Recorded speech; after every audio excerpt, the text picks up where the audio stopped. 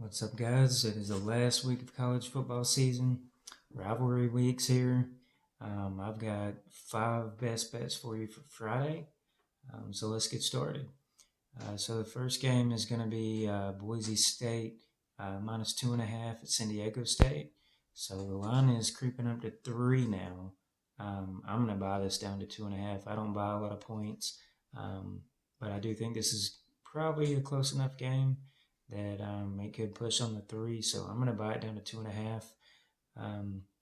So Boise State, their offense and defense have been even better lately the past few weeks than early mid season.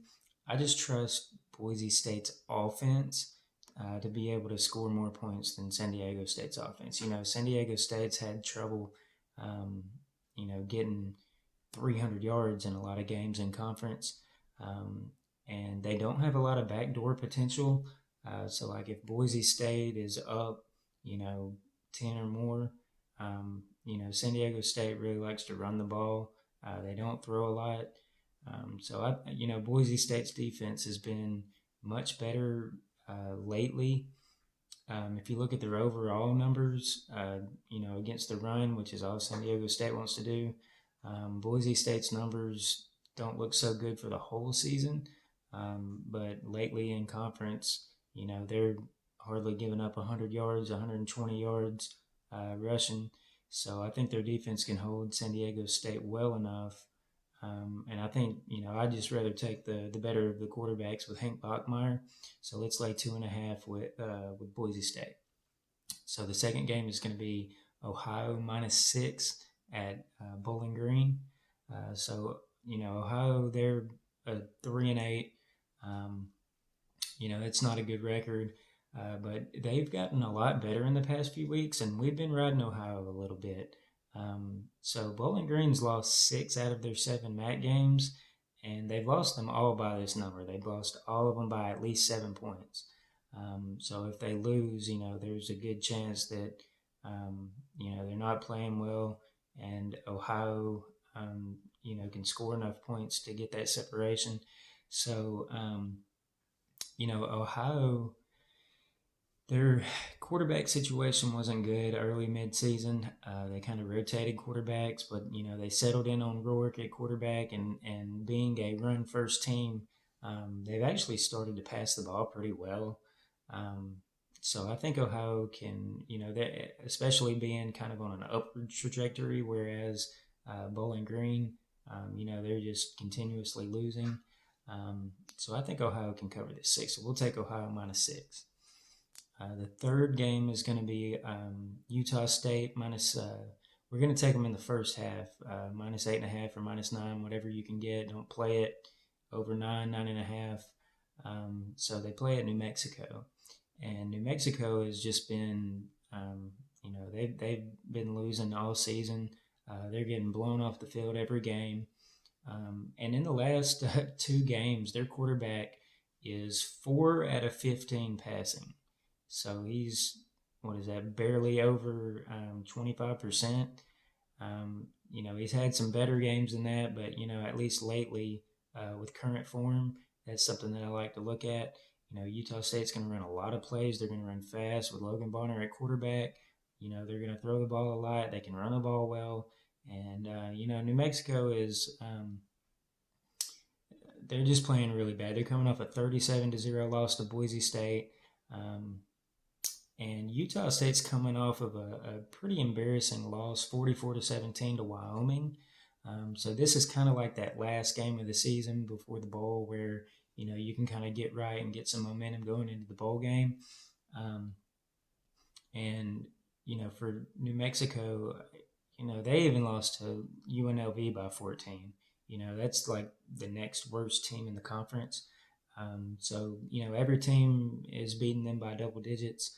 And I think Utah State can get, enough. This should be like a 21-7, 21-6, 24-3, 17-7 even, would cover this number. And New Mexico, offensively, they're averaging 237 yards per game. and 116 pass yards per game. If they get down, they cannot throw the ball to get back in the game. So let's take Utah State in the first half, -8.5 or -9. We'll go with -9. So the next game is going to be Missouri at Arkansas. So Missouri is playing pretty hard down the stretch. They just beat Florida in overtime, but that's kind of a reeling Florida team. They beat South Carolina before that. That's still not a good team. But when they did play better teams with better offenses, they gave up points. Georgia got 43, A&M got 35, and Tennessee got 62 points on this defense. I really like the way that Sam Pittman's got Arkansas. They've been really locked in closing out the season, and he's been talking about it for a month now. They played Alabama really hard. Last week, they only lost by 7, scored 35 points on Alabama's defense. And this Missouri defense is not so good, and they don't have a lot of talent. Arkansas scored 51 against Ole Miss, 35 on Alabama, 31 on Mississippi State. So these are all, above average to some of the best defenses in the conference. And Arkansas is still able to score. They can run, they can throw. The quarterback's hard to take down. KJ Jefferson's a really big, tall guy. So as long as their best wide receiver is kind of healthy, he's been kind of banged up, Arkansas should be able to kind of just line up and run the ball and probably get plenty of holes on the Missouri defense. So I think Arkansas trajectory is upward. So we'll take Arkansas -14.5. The last game is going to be North Carolina at North Carolina State, and we're going to lay 6 with North Carolina State. So, of course, with North Carolina, you think, Sam Howell, NFL first-round draft pick quarterback. But this defense has been really bad, and the offense is really just not been able. They lost, a lot of skill talent from last year. Sam Howell just doesn't have a lot of pieces around him. The defense is allowing 31 points per game. And the sacks is what I'm really looking at. So North Carolina State, the sacks that they've had in conference, they're sacking the quarterback almost 4 times per game. 5, 3, 3, 3, 3, 2, and 4 sacks. So anywhere from basically 3 to 5 sacks per game, and North Carolina is giving up a ton of sacks. In the conference, they're giving up more than 4 sacks per game. That's a lot of sacks.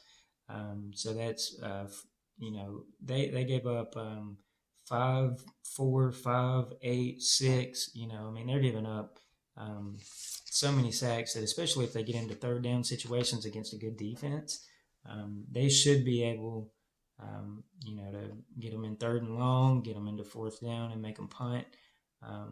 So some more metrics for that game. North Carolina's defense is 97th in yards per play, and North Carolina State's 13th in the same metric.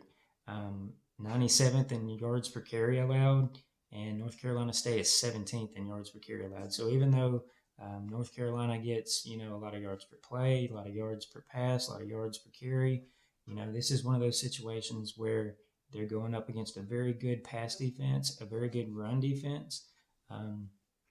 So they should be able to get them into 3rd and longs.